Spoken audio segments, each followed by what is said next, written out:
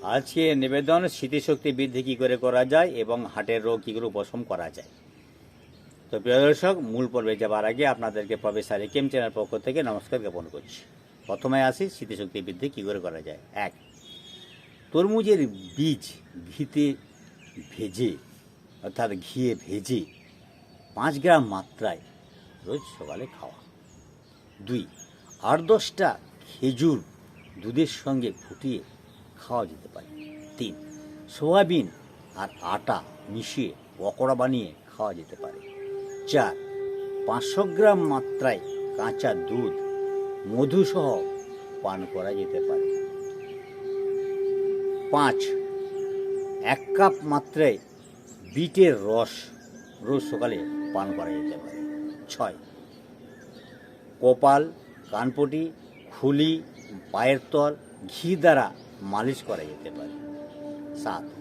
বেলের মোরাব্বা 15 দিন টানা খেতে হবে। 8. 1 গ্রাম মাত্রায় মৌরি মধুসহ সকাল এবং সন্ধ্যায় চেটে চেটে খাওয়া। 9. প্রতিদিন 2টি করে আঁজির খাওয়া যেতে পারে, আঁজির অর্থাৎ পেয়ারা। আর 10. ব্রাহ্মী শাকের রস। এটি নিয়ম করে সকালে এবং সন্ধ্যা যদি খাওয়া যায় তাহলে উপশম হবে, মানে স্মৃতিশক্তি বৃদ্ধি হবে, পরীক্ষা করা যেতে পারে। আর 2. হার্ট ডিজিজ, হার্টের রোগ। 1. অর্জুন গাছের ছাল, এটি কাত তৈরি করতে হবে। কাতটি আবার কি? কাত হলো 4 ভাগ জল দিয়ে হাঁড়িতে গরম করতে হবে, ফুটাতে হবে, 1 ভাগ থাকতে নামাতে হবে, সে নামে ঠান্ডা করে সেটি সকাল সন্ধ্যায় খেতে হবে। 2. অশ্বগন্ধা চূর্ণ 2 গ্রাম মাত্রায় গরম জলের সঙ্গে খেতে হবে। 3. পান। 4.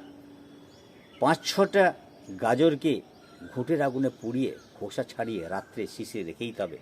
পরের দিন কেওড়া বা গোলাপ জল মিশিয়ে মিশ্রির সঙ্গে সেটি খেতে হবে। শুনলেন প্রিয় দর্শক, কী করে স্মৃতিশক্তি বৃদ্ধি করা যায় এবং হার্টের রোগ উপশম হয়। ভিডিওটি কেমন লাগলো?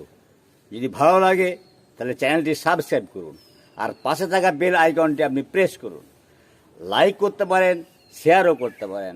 আরও যদি কিছু জানার থাকে তাহলে কমেন্টস বক্সে জানান। ধন্যবাদ।